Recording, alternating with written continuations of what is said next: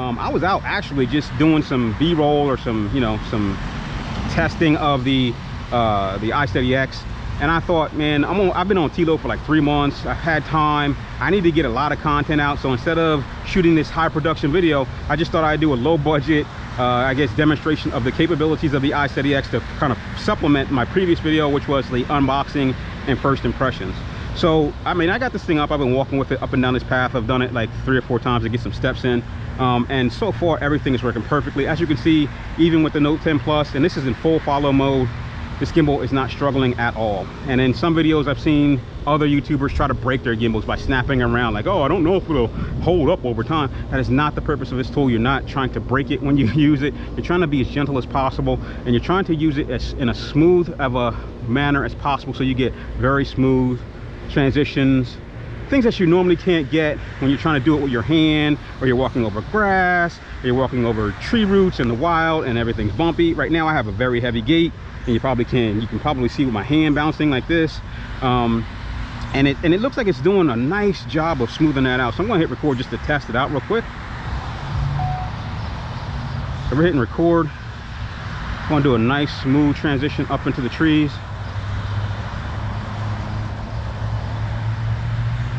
I'm going to come around, try to get the solar flare through the trees, come back down. One of the things I wanted to show you guys that I didn't show you in the previous video was that you also have the ability to put this into that, like that TikTok mode or that Facebook mode or portrait mode by just clicking the power button one time. And again, it does not struggle at all with this big heavy Note 10 Plus. Click it once, click it again, goes back to the normal orientation. As far as features, I kind of went through all of those in the previous video, but we didn't really get a chance to see what moment does, or moments do. And I went through the settings to figure out what moments are. And what moments are preset cinematics that kind of make the gimbal do a specific operation when you click on them. I really wanted to show you Inception. I know a lot of people, you know, you had to go out and buy something like a Ronin to do a DJI Ronin, a high-end, like I don't know, $3,000–4,000 gimbal to do an Inception where it would spin your camera in a 360-degree motion. You're able to do it with this $70 gimbal, $69 if you use the coupon, by just, you know, hitting the program. So right now I got it set up to do a 180-degree Inception, and I think I'm gonna use this path because it's pretty cool when you have like kind of I guess a center of focus when you do it. And I'm gonna use the path as a center of focus. I'm gonna hit start. I'm gonna hold this as steady as possible. It's setting itself up for the far end of the Inception, and I'm gonna let it go now.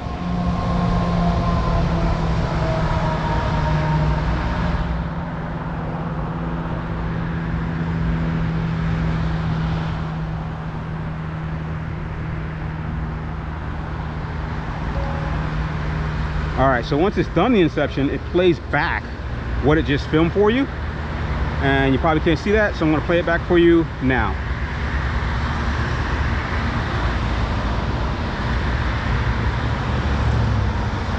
So other than Inception, you also have the ability to do panoramic videos.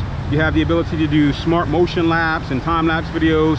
You have other sort of Inception videos, and you also have a feature sort of gimmicky, but it was one of the things that you can do with like the DJI Mavic Air, the DJI Mavic 2 zoom, and you can do dolly zoom with this also. I am really digging this gimbal.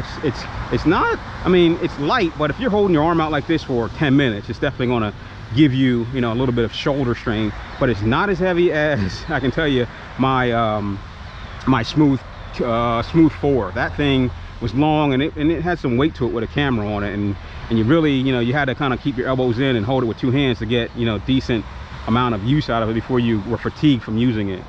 But other than that, I mean, looking at the whole setup, the only other thing that I could probably mention is the fact that because of this particular setup here, and I haven't used what is that called, a DJI Osmo 2 or anything like that, you only have a limited amount of throw with this, because this will hit the motors if you go too far forward or too far back.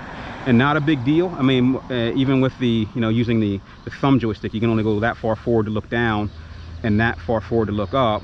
But that's not a big deal for me, because again, I'm going to probably use the full range of the gimbal using the full follow instead of the thumbstick most of the time anyway, because it's very hard to control the speed of the thumbstick. You can push it every so slightly sometimes, and it just has a stuttery, jumpy feeling to it. So the only time I really use the joystick is if I'm trying to quickly set up a shot that I want to kind of leave there, but I don't use it that often. So it's not a big deal for me. Maybe a deal breaker for you. Just thought I'd let you know about it. And that's it, man. That's everything that I can figure out about this gimbal. I really do like it. USB-C, a lot of cool features, a lot of cool functions. And like I was mentioning before, there's also this ability. I'm going to power this down real quick. If you don't want to use this gimbal in the on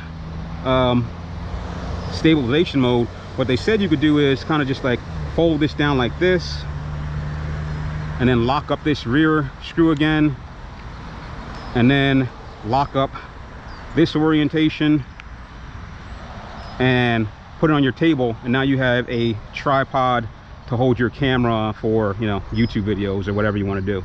So another cool setup for that. And you know, it makes it compact, it fits in your pocket. Everything that I said in this video about how much I like it, I still stand by. So hey, that's it, man. And like I said, got some time on my hands now with this Tilo situation. I'm going to try to get as much content up as possible. Thank you to everyone who's been following the channel and using my links and helping support the channel. I appreciate it, and I'll get back to you soon. Thanks for watching. Talk to you later. Bye.